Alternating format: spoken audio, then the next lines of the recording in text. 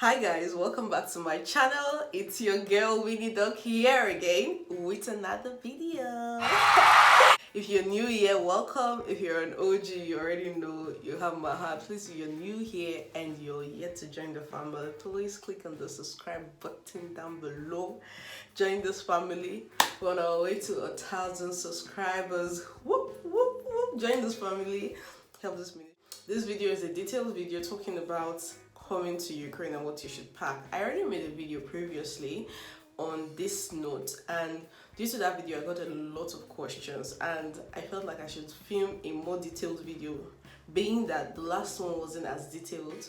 So I had got a lot of questions that I had to repeatedly answer to different people in my DMs. So I just decided to film a video. So like, if you ask questions related to this, just come and watch it. And even if in this video you don't have all the answers, please just comment in the comment section down below. When I reply, other people can see and also get their answers, so I don't have to repeat the same message to different people all the time. So without further ado, let's get right into this video.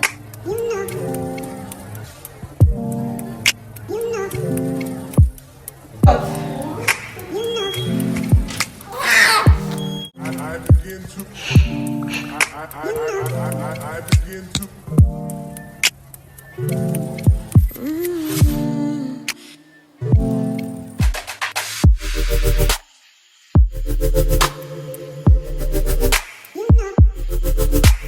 Alright, so here I have a list of the questions, right? Now some of the questions right here. Alright, so this person said, parents are planning to send me to Ukraine to study medicine because that's what they can afford. I just watched your YouTube video where you warned us not to school there. I'm really confused. Okay, when I saw this message, I was like, what have I done?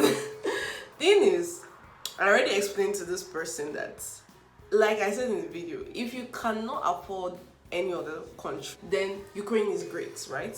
But if you can afford, it's like, and I explained to her when I was explaining, I said it's just like hilarious and ridiculous explanation, but it's like living on the mainland and living on the island, right? It is thought that living on the island is better than living on the mainland. Like, if you can afford living on the island, then live on the island, because that's where all the big guns are, right? There's connection, there is better facilities, whatever, everything. Generally, it is perceived that living on the island is better than living on the mainland. How I compare it, like coming to Ukraine and going to Europe, Canada, other country in Europe or in the US, Australia, I feel is better than, no, not I feel, I know it's better than coming to Ukraine.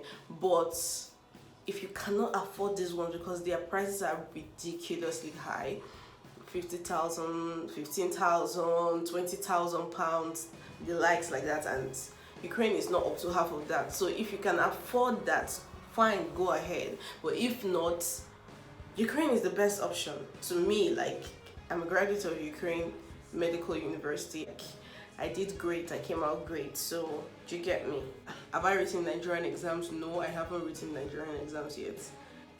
She asked if Ukraine certificates and degrees are recognized worldwide. Yes, I can speak for my university, definitely. Ukraine universities are recognized worldwide. My university is recognized worldwide. You have to write licensing exams. Just like every other graduate, you have to write a licensing exam to whatever country you're going into to be able to practice in their system. So yeah, Ukraine certificate is recognized, except for schools that are not accredited. Oh Jesus, English is a problem. School, you get a shot. Yeah, there are some universities in Ukraine that are not accredited. So did I attend? I attended, sorry, because I'm a graduate. I attended Ternopil National Medical University in Ukraine. You could Google it.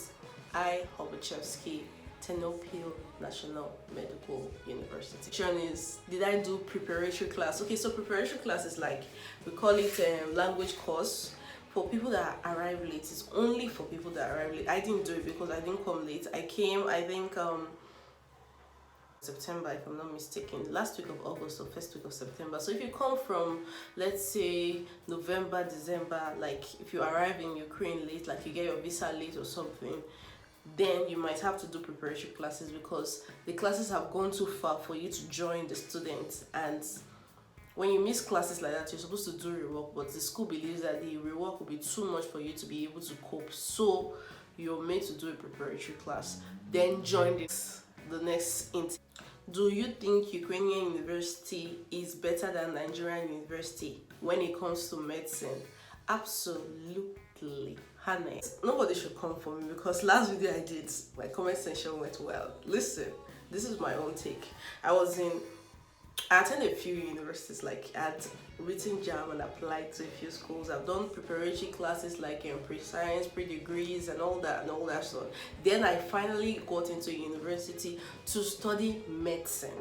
And when I came here, right from my first year, I knew for sure that I made the best decision coming here, because from the very first year of school here, you're taught medical physics, medical biochemistry, medical biology. In Nigeria, in your first year, you're doing biology, chemistry, physics, plants, animals included. You're doing everything that, in my own opinion, is so unrelated to why I started medicine in the first place. Like, can we get into it already?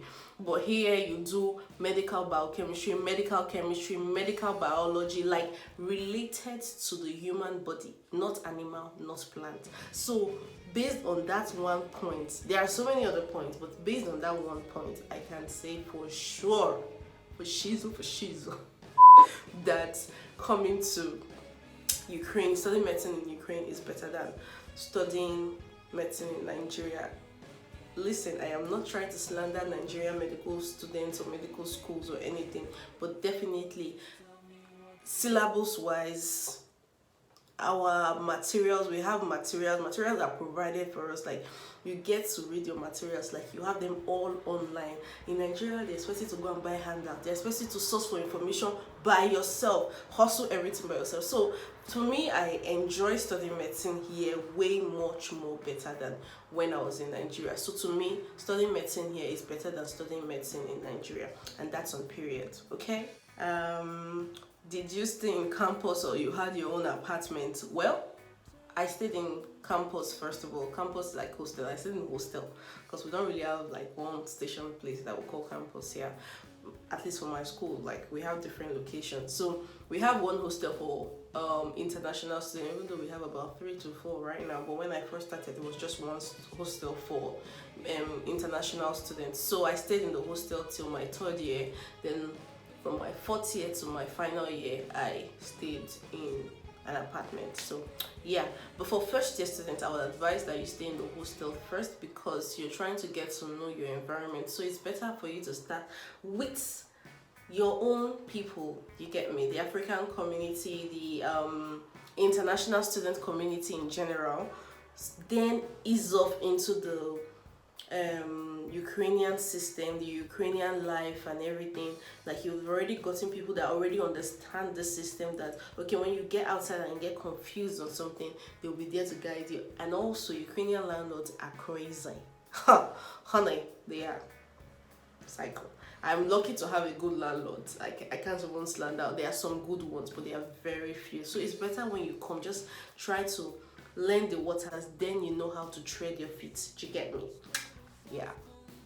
When you serve and you're through with everything, can you go to another country to be a doctor? Yeah, what she's asking is, when I'm done with medical school, do my medical licensing exam and do my NYSC, which is Nigerian Youth Service Corps in Nigeria, can I travel out, or can you travel out as a graduate of medicine in Ukraine to other countries to go and do medicine? The answer is an absolute yes. There are people that are doing it, people that are still doing it, and people that will do it after me.